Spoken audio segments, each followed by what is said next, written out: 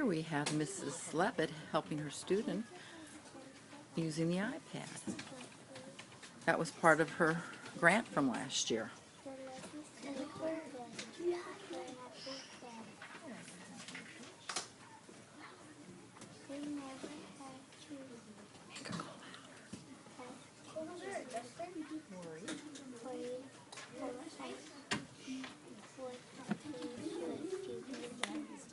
She's doing some guided reading, and so we have several books on her bookshelf at her level, and she's working on ABC order too. So this book relates to ABC order. It's called A to Z, and then we're working with the alphabet that's over on the wall there. That's what we're doing.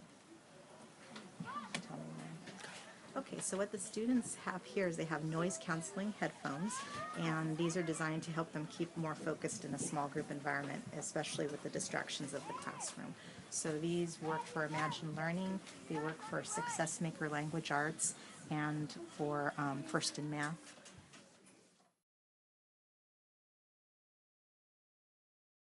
We use it on Fridays, and I have divided the class into 3 groups. So one group does the iPads, while the other group are doing independent study, like their poetry book, their math activity, the Success Maker, and then each group gets about 15 to 20 minutes at a time.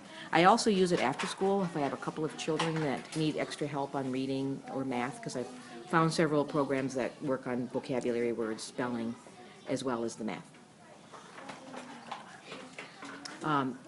There are 5 first grade classrooms, and we use it on a rotating basis with the kindergarten. The kindergarten has come to pick it up twice. They come twice a week, I think, and they get it in the morning before recess. And then the other teachers use it on different rotations. Some use it as a rotation in their classroom every day for 15 minutes.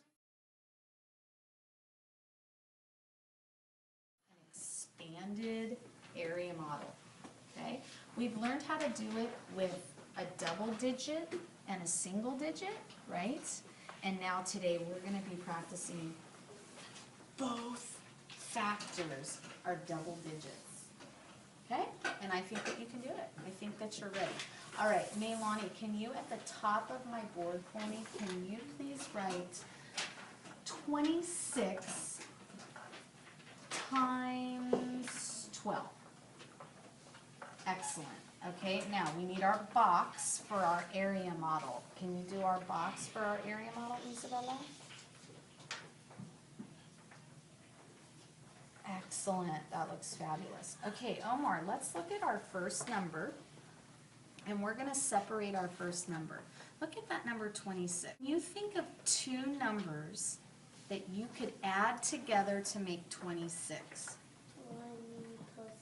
That is a great way to do it because you have that 0 in that factor, don't you? Can you write at the top for me 20 plus 6?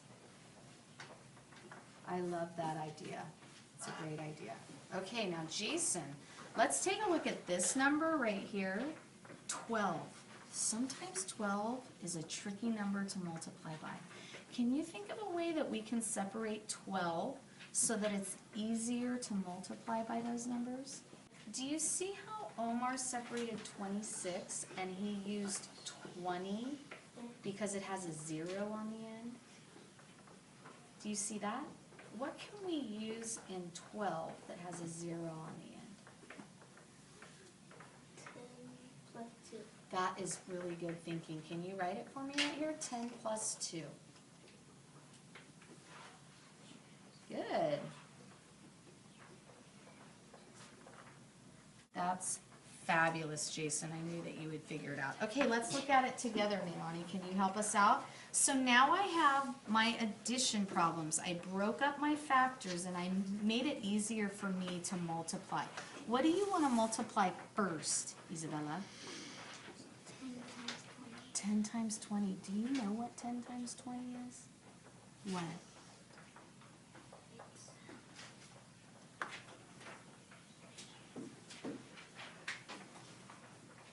Do you know what 1 times 2 is?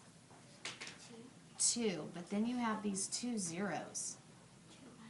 200. Good thinking. Let's write 200 in that box right there.